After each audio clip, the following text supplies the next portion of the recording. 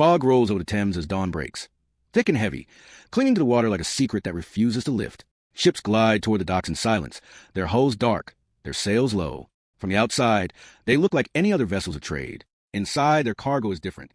Not spices, not silk, not tea. This is something quieter, something more profitable, something that will help finance an empire without firing a single shot. The story does not begin in back alleys or hidden dens. It begins in offices with polished desks, in rooms warmed by fireplaces, where men study ledgers and speak in careful tones about balance, supply, and risk. This is not a story of criminals running from the law. It is a story of the law itself. Ledgers replace guns. Contracts replace cartels. Insurance papers matter more than threats. The contrarian truth is uncomfortable even now. The British Empire did not merely tolerate the drug trade. It organized it. It regulated it. It protected it with fleets and laws. It turned narcotics into policy. Opium became leverage. Addiction became a tool of statecraft. Revenue became power. Think about that. One of the most powerful empires in history built part of its global dominance not only on factories and fleets, but on dependency, enforced through economics rather than chains. At its height, this system connected distant worlds with ruthless efficiency. Poppy fields spread across vast stretches of colonial land. The resin was harvested, processed, and moved through official channels. It crossed oceans in sealed chests, passed through ports on the flags of legitimacy, and entered markets where it was illegal, yet unstoppable. Silver flowed in the opposite direction, drained from foreign economies and deposited into imperial vaults. These flows were not accidents. They were designed. They were calculated. They were debated, refined, and defended at the highest levels of power. The empire faced a problem that could not be solved with cannons alone. It imported far more than it exported in key markets. Goods flowed outward, but payment did not return. Trade imbalances threatened currency stability. War debts loomed. Taxes at home were already heavy. Raising them further risked unrest. The solution was not found in innovation or compromise. It was found in chemistry and coercion. Control the drug, and you could control the balance of payments. Control the payments, and you could control entire regions without occupying them fully. This was economics weaponized, disguised as commerce. From the outside, it looked like free trade. Ships moved openly. Auctions were held publicly. Paperwork was immaculate. There were receipts, licenses, and official seals. Nothing about it resembled the chaos people associate with narcotics today. That was the genius of it. This was not crime in the shadows. It was commerce in daylight. It was an empire behaving like a corporation, with quarterly needs, long-term strategies, and a cold tolerance for human cost. The suffering was distant. The profits were immediate. That distance made everything easier. Imagine the scale required to make this work. Fields tended by millions. Warehouses stacked high with chests, each one standardized, measured, and priced. Ships scheduled with precision. Routes calculated to minimize risk and maximize speed. Insurers waiting in offices far from the sea, betting on safe passage. Banks extending credit based on expected drug revenues. All of it synchronized. All of it legal within the empire's own framework. The drug itself was illegal where it was sold, but the act of selling it was treated as a necessary correction to an inconvenient market reality. The moral language of the empire never disappeared. It simply adjusted. Officials spoke of order, stability, and the civilizing mission. They argued that trade, even in harmful goods, was preferable to isolation or war. They framed resistance as backwardness and enforcement as progress. The contradiction sat in plain sight. A state that preached law and restraint was enforcing addiction at gunpoint. A state that spoke of moral duty was profiting from social collapse elsewhere. This tension was not hidden. It was rationalized. Inside the empire, the benefits were real and visible. Revenues flowed into government accounts without direct taxation. Currency pressure eased. Credit stabilized. Wars could be funded without immediate sacrifice from the public. The system insulated the center from the cost of expansion. Pain was exported. Instability was externalized. As long as the ships kept moving and the silver kept flowing, the machine appeared sound. Most people never questioned what made it run. They saw cheaper goods, steady employment, and a sense of national ascent. But this story is not about ignorance alone. It is about choice. The architects of the system understood the consequences. Reports arrived describing addiction, social breakdown, and economic damage. They were read, discussed, and filed away. The calculus was simple. The benefits outweighed the costs, as long as the costs were borne elsewhere. This is how empires think when they are confident. Distance dulls responsibility. Numbers replace faces. Suffering becomes an abstract line item, manageable as long as it does not threaten the core. The scale of control required discipline. Independent traders were not enough. Smugglers alone could not sustain an empire. This required monopoly. Production had to be regulated. Distribution had to be predictable. Enforcement had to be decisive. The empire built systems to ensure this, using laws at home and force abroad. It was not enough to sell the drug. The empire had to guarantee that nothing could replace it, that no alternative trade could emerge to weaken its leverage. Dependency had to be maintained. This is where the story turns darker. The empire was not just moving goods. It was shaping economies. By flooding markets with narcotics, it drained productive capacity. Labor shifted. Social structures weakened. Resistance became harder to organize. At the same time, the silver extracted funded further expansion. Ships built with drug money enforced the routes that carried more drugs. Forts guarded ports that existed primarily to receive them. This was a loop, tightening with every successful cycle. Consider how modern this sounds. Corporations speak of supply chains. Governments speak of strategic commodities. Financial institutions speak of risk distribution. The language has changed, but the logic is familiar. Control a choke point. Monetize dependency. Protect the system with law and force. The British Empire refined this logic long before the modern age gave it new names. It understood that power did not always need to look violent to be effective. Sometimes it just needed to look inevitable. The central question hangs over all of this like the fog over the river. How did a state that claimed to stand for order and morality become the largest, most disciplined narcotics enterprise the world had ever seen? How did it convince itself, and much of the world, that this was not criminal behavior, but responsible governance? The answer is not found in a single decision or moment. It lies in the slow normalization of profit without accountability, and in the belief that ends could justify any means if the ends were framed as national survival. To answer that question, you have to follow the money, not the rhetoric. You have to trace the routes from distant fields to imperial vaults. You have to listen to what was not said in speeches, and what was quietly agreed upon in private rooms. You have to understand the fear that drove these choices, the fear of decline, of losing dominance, of being outpaced by rivals. Drugs offered a shortcut, a dangerous one, but for a time it worked. This chapter is a door into that world, a world where empire behaved less like a guardian of law and more like a syndicate with flags and uniforms, where addiction was not a failure of policy, but its foundation, where the line between state and cartel blurred until it was almost invisible.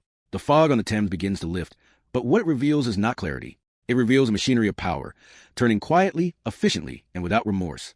To understand how this system rose and endured, you have to see the British Empire as it appeared to the world at the time. It projected certainty. Red-coated soldiers marched in perfect lines. Iron-hulled ships cut through oceans with mechanical confidence. Maps were filled in with imperial colors, spreading across continents like an advancing tide. To rivals and subjects alike, Britain looked unstoppable. And in many ways, economically, it almost was. Its power did not rest on one source. It rested on a network, carefully balanced and aggressively defended, where trade, currency, and force reinforced each other. At the heart of this network was a problem that haunted every major power of the era: imbalance. Britain consumed more than it could sell in key markets. Certain goods were irresistible abroad, yet British exports failed to find equal demand in return. Nowhere was this more pronounced than in Asia. Vast populations, ancient economies, and deeply rooted preferences meant foreign manufactured goods were not easily absorbed.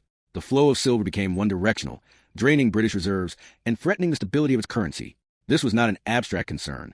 Currency weakness could cripple trade, undermine credit, and limit the empire's ability to fight wars. India, under colonial control, became the solution space. It was not treated as a society with its own economic needs, but as a productive engine designed to serve imperial requirements. Land was reorganized. Agriculture was redirected. Crops were chosen not for local sustenance, but for global leverage. Opium fit perfectly into this logic. It was compact, valuable, and addictive. It could be produced in large quantities under strict supervision.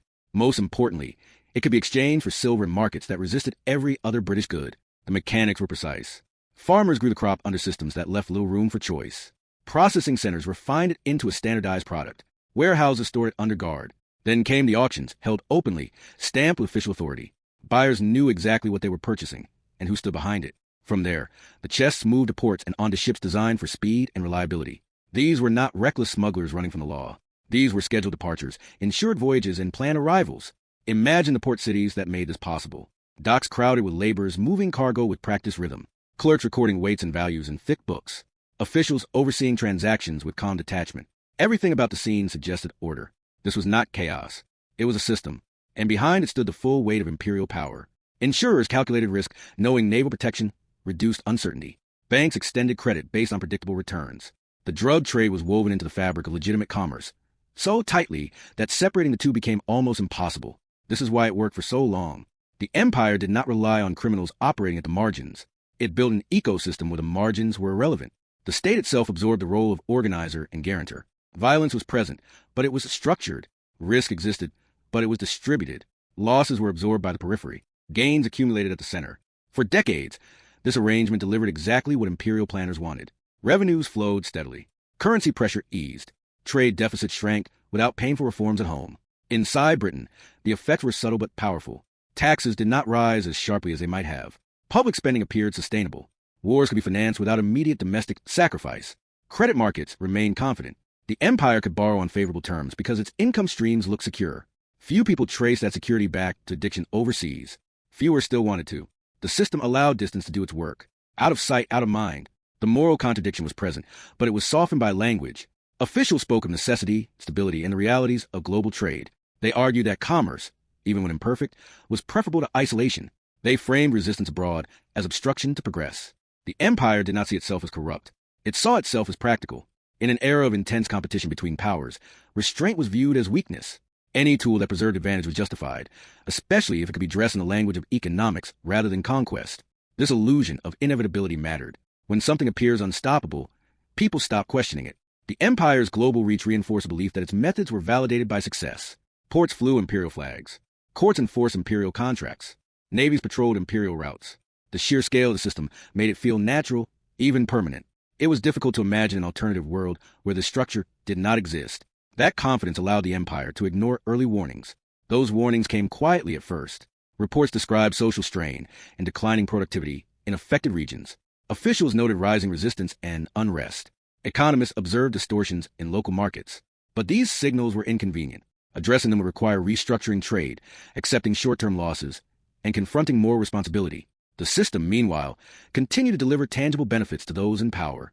As long as the numbers added up, the warnings remained secondary. The empire's strength also lay in its ability to compartmentalize. Decisions were spread across institutions, each responsible for a narrow slice of the whole. One office managed production, another handled shipping, another tracked revenue, another maintained security. No single group had to confront the full human cost. Accountability dissolved into process. This diffusion made it easier to continue. Harm was no longer the result of a choice, but the byproduct of a workflow. Think about how modern this structure feels. Large systems often function the same way. Efficiency becomes the primary value. Outcomes are measured in growth and stability, not well-being. When harm emerges, it is treated as an externality rather than a failure. The British Empire did not invent this mindset, but applied it on a global scale with unprecedented reach. Its illusion of strength was built on systems that looked rational and orderly, even as they hollowed out entire societies. For decades, the empire's rivals watched with a mix of envy and concern. The flow of silver strengthened Britain's financial position. Its ability to fund fleets and armies seemed unmatched. Attempts to challenge its dominance often failed because they did not address the underlying economic engine. Military victories alone could not dismantle a system so deeply embedded in global trade. The empire's power did not rest solely on force. It rested on dependency. Dependency is quiet in occupation, but often more effective. When economies are reshaped around a single flow, alternatives disappear. Local industries weaken. Social resilience erodes. Resistance becomes costly and fragmented. The empire understood this intuitively. It did not need to control every inch of territory. It only needed to control the flows that mattered most. Drugs were one of those flows, and for a time, they delivered control with remarkable efficiency. From parliament to distant ports, the system appeared clean, rational, and even necessary. Officials congratulated themselves on managing a difficult world with sophistication rather than brute force. The public enjoyed the benefits without confronting the source. The illusion held because it was reinforced at every level. Success bred confidence. Confidence bred complacency. Few questioned why the empire kept winning. Fewer asked what price others were paying for that victory. This chapter is about that illusion, the moment when empire mistook stability for righteousness and efficiency for justice. It is about how a vast, disciplined system can make deeply destructive practices feel normal, even inevitable. The British Empire looked unstoppable because it built a machine that turned addiction into advantage and suffering into revenue. For a long time, it delivered exactly what it promised.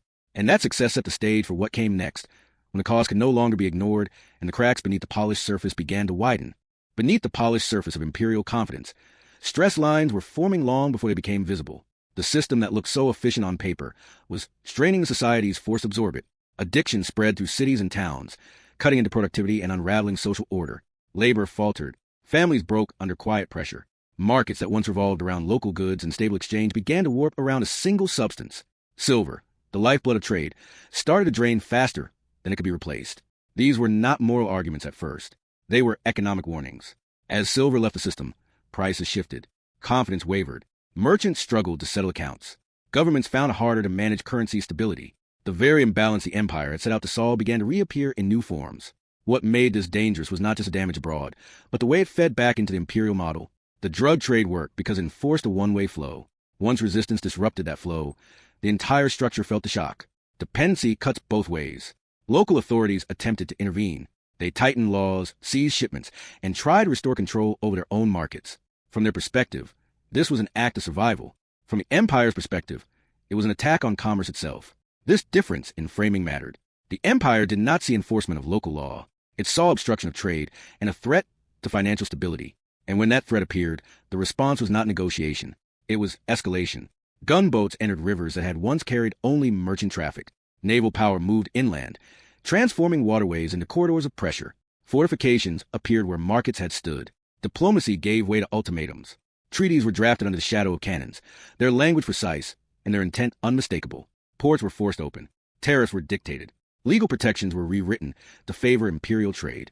What had been an economic arrangement was now openly backed by violence. This was a turning point, the moment when the mask slipped. The empire revealed that what it called free trade required force to survive. Consumption was no longer encouraged. It was enforced. The drug was no longer merely a commodity. It was a condition imposed on entire populations. Law became a tool of monopoly rather than protection. Resistance was reframed as criminality and compliance as order. The distinction between commerce and coercion vanished. Short wars followed, sharp and decisive by design. They were not fought to conquer territory in the traditional sense. They were fought to secure flows. Rivers, ports, and trade routes mattered more than cities. Victory was measured not in land gained, but in shipments restored. The empire's military strength ensured the drug trade continued, but at a cost that could no longer be hidden. Images of destruction circulated. Accounts of suffering reached foreign audiences. The moral contradiction grew harder to ignore. Inside the imperial system, the response was not doubt, but dependence. The revenues from the trade had become too important. Remove them and budgets tightened. Credit weakened. Debt pressures returned with force. Wars, administration, and global presence all required funding. The drug trade had quietly become a pillar of financial stability.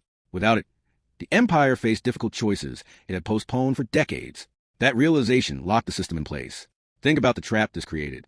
The more destructive the trade became, the more resistance it generated. The more resistance appeared, the more force was required to suppress it. The more force was used, the more expensive the system became. Yet abandoning it would expose financial fragility at the center. This was not just a moral failure. It was a structural one.